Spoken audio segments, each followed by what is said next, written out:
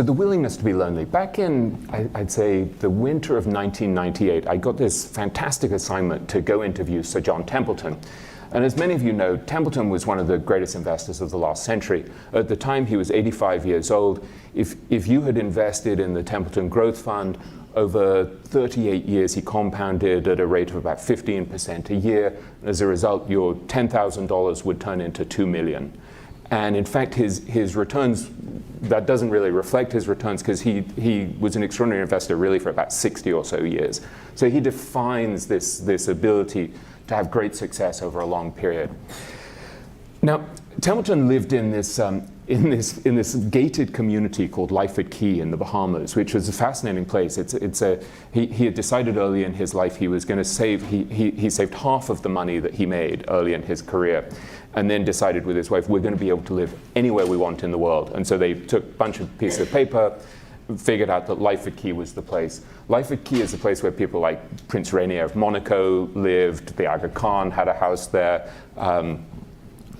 Sean Connery had a house there. I think part of Thunderball, the Bond movie, was filmed there. So this was a pretty sweet gig to go in the middle of winter to go interview Templeton, this great guru in Lyford Key.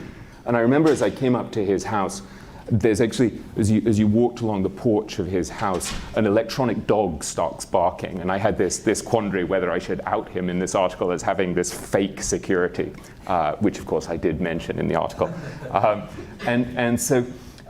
So Templeton is kind of this giant at this period, right? This 85-year-old who was really the pioneer of international investing. He was the first great fund manager in America to venture abroad and say, why should I just be looking for bargains in the US? So the most memorable experience, strangely, with Templeton was not, in fact, anything that he said. It was watching him one morning when he was exercising, and he didn't actually know that I was there. So I'm on the beach in Lyford Key. This is a very tough assignment. And I hide behind a palm tree because I'm worried that he's going to see that I'm there. And he's in the water. He would do this for 45 minutes every day for many years. And he's in the water up to here, and he's pumping his arms and his legs like this. And he just looks ridiculous. He's wearing this hat with this crazy visor sticking out there and these ear flaps down here, and his face is slathered with sun cream, which he hasn't bothered to rub in. And as I'm watching this, I'm just thinking, this is kind of this extraordinary side. I thought I was going to see this kind of heroic sort of wise sage, and in fact, he just kind of looks like an idiot. And when I got home to New York, I'm thinking about this, and I'm thinking, actually, this is the key to Templeton. What I realized Templeton really embodies is this willingness to be lonely, this willingness to say, this is how I do things, this is a way to act that actually makes sense to me, there's a really efficient exercise. I don't care what anybody thinks of me. And it's an extraordinarily powerful way to think. And this became kind of a metaphor for me when I started thinking about the great investors. That what all of these guys have in common is they're kind of mavericks and free thinkers. They don't go with the crowd. You know, if you want to outperform, you have to be different. And this is something that all of these guys have. And you see this very vividly with this extraordinary investment that Templeton made in 1939. So the world is kind of coming to an end, right? I mean, it's really this calamitous event where Germany is about to overrun Paris. The market is still, many companies have been just smashed by the Great Depression.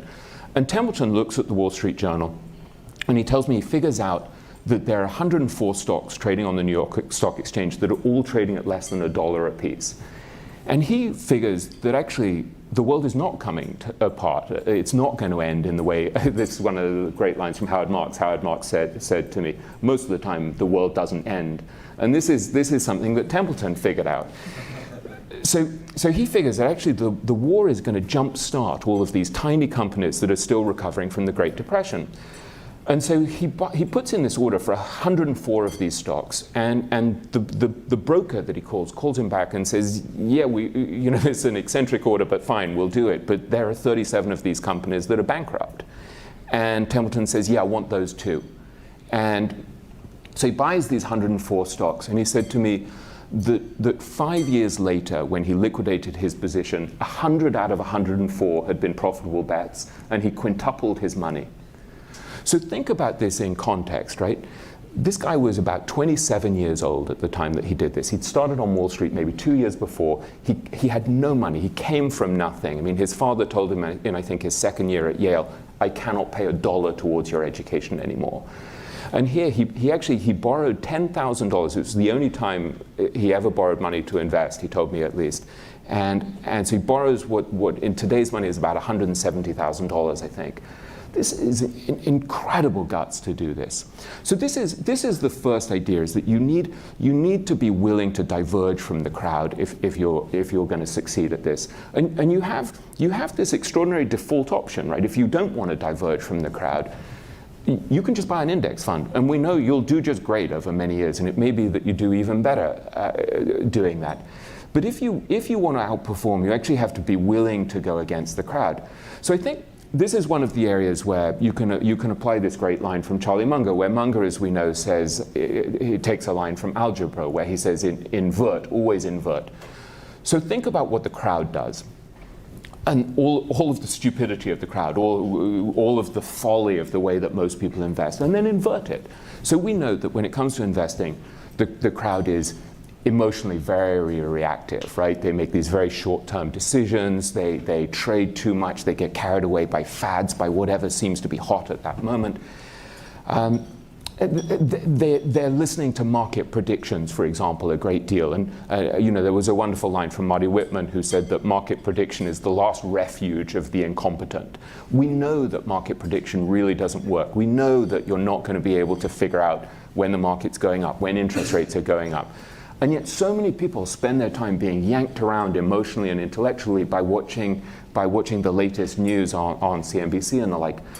So one of the things that my friend Monish Pabrae, who's one of the most brilliant minds in this book, The Great Minds of Investing, said to me is that when he started to invest in 1994, and he started basically to reverse engineer Buffett, he said you could see that Buffett basically lays out the laws of investing. You can see what you need to do. And he said he would look around, and no mutual fund managers and no hedge fund managers were doing this. And he said, he was like, what a country. He said, it's like an entire generation of physicists saying that gravity doesn't exist. So this became his great opportunity, was to say, all right, if no one else is going to do it, he's like, if no one else will do it, the Indian guy will do it. So he figured out that he was just going to use Buffett's laws of investing. So things like buying stocks at a great discount to their intrinsic value. As he put it at one point to me, he said, rule number one, extreme patience. So if everyone else is being very short term, exercise extreme patience. Regard the market as your servant, as something that you can use rather than as your master. So Francis Chu, another of the great investors in this book, said to me, most of the time you just shouldn't be buying anything. He said, I could wait 10 years now without buying a single stock. He's like, I don't need to do anything. I can just sit around and read until there's a great opportunity. So I think one of the things that you see with these great investors is this ability to detach themselves from the stupidity of the crowd and to think for themselves. And I think the first point to remember really is to ask yourself, do I actually have what it takes temperamentally and intellectually to go my own direction, to defy conventional wisdom? And if I don't, it's a perfectly smart thing to buy an index fund. But if I do, then these are the kind of rules that are going to really help me. I want to diverge from the crowd. And I think there's no shame in saying, yeah, this is a game I shouldn't play. I mean, it may be the single smartest thing I did in my youth was to decide, I'm going to lose if I bet on horses and if I gamble, and I'm just not going to play that game anymore. So I think self-awareness is probably an important starting point.